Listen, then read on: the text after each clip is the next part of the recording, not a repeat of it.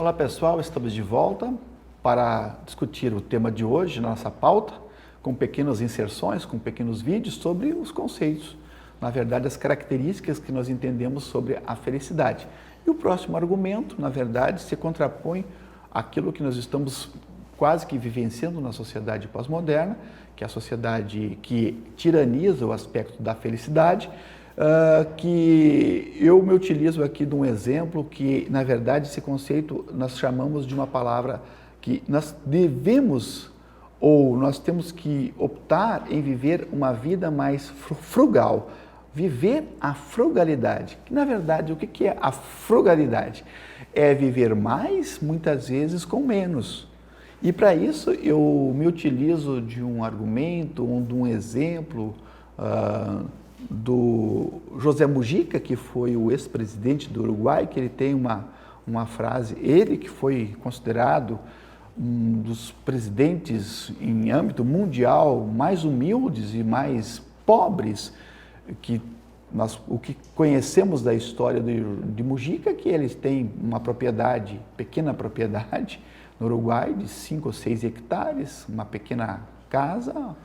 Tem um Fusca azul conhecido no mundo, todo mundo quer comprar o Fusca do Mujica, de ano de 1976, uma rica biblioteca, né, que eles se dedicam grande parte do seu tempo em ler e refletir, e uma cadela cega que lhe faz companhia. Na verdade, grande parte do salário do Mujica, quando ele recebia, cerca de 90% do salário, ele doava para instituições de caridade, na verdade.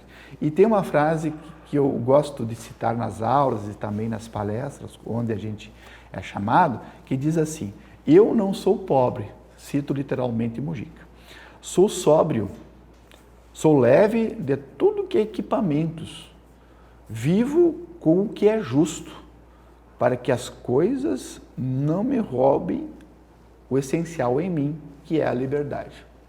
Interessante essa frase, porque muitas vezes nós queremos acumular, e quanto mais acumulamos nas nossas profissões, nas nossas casas, bens materiais, menos livres a gente fica.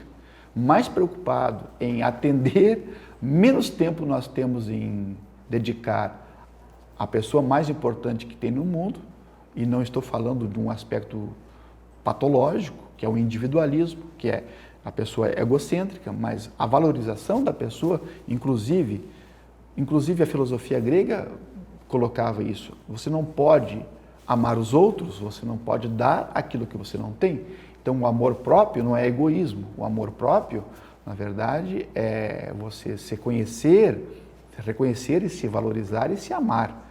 Então, dentro desse aspecto, há uma concepção de perda de liberdade quando você opta em ter coisas e perde o tempo de estar consigo mesmo, na sua reflexão, no teu silêncio muitas vezes, perde o tempo essencial de estar com as pessoas que você mais ama, que são seus filhos, as suas filhas, o seu pai, a sua mãe, os seus amigos, essas pessoas que nós realmente amamos. Então, a liberdade, muitas vezes, está associada a não ter muitos bens e faz com que você viva mais livremente. Muitas vezes as pessoas ouçam assim: eu não vou poder tirar férias em determinado mês porque eu não tenho com quem deixar a minha casa, muito preocupado com a segurança. Então, as pessoas, muitas vezes, elas ficam órfãos dos seus próprios bens, ficam reféns dos seus próprios bens, no aspecto de que não deixam a liberdade agir em si. Então, o aspecto da frugalidade é importante. Poderíamos dizer também que a felicidade está associada ao reparar as pequenas coisas, né? A dar significado àquilo que o Rubem Alves fala no seu livro, as feiras das fruições. O que seria feira de fruições? Que ele fala que é diferente das feiras das utilidades. Feira das fruições, para Rubem Alves, na verdade, nada mais é do que você perder tempo. Perder tempo com coisas que nós, na sociedade pragmática, consumista, capitalista, achamos inúteis. As feiras das fruições, segundo Rubem Alves, é aquilo que nos dá prazer, aquilo que nos dá alegria, aquilo que nós temos sabor, saborear, aquilo que nos dá também sabedoria, porque a própria palavra sabedoria vem de sabor, de degustar. E o que nos dá prazer? Ele cita, começa, o que seria feira das fruições para você ser feliz?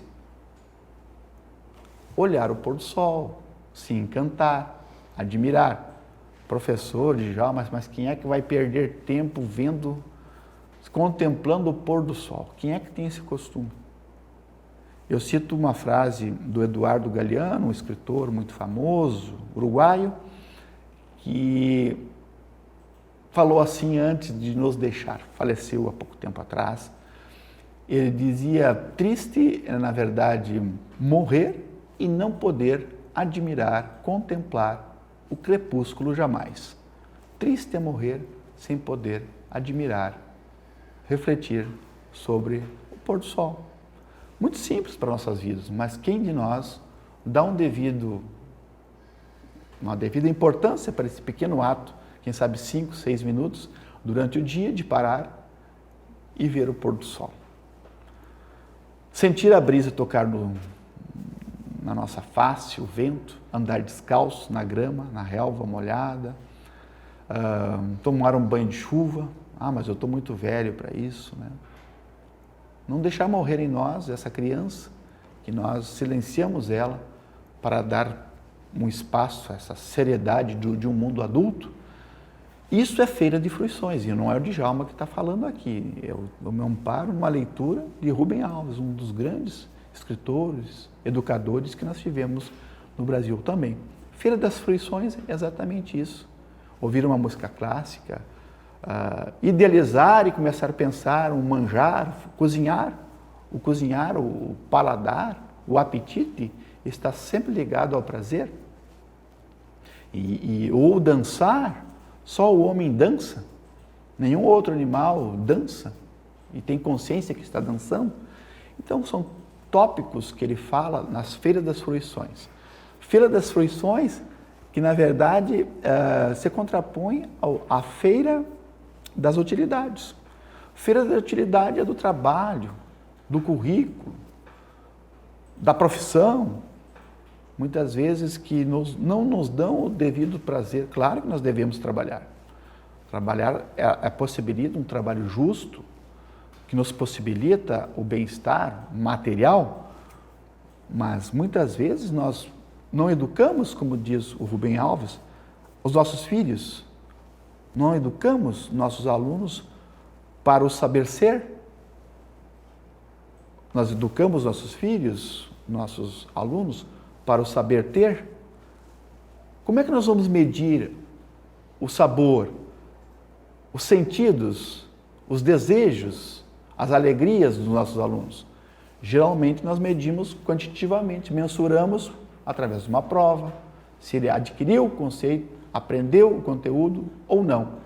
Então esse lado de como é que você vai mensurar o prazer, como é que você vai mensurar a alegria, como é que você vai mensurar a satisfação desse nosso aluno?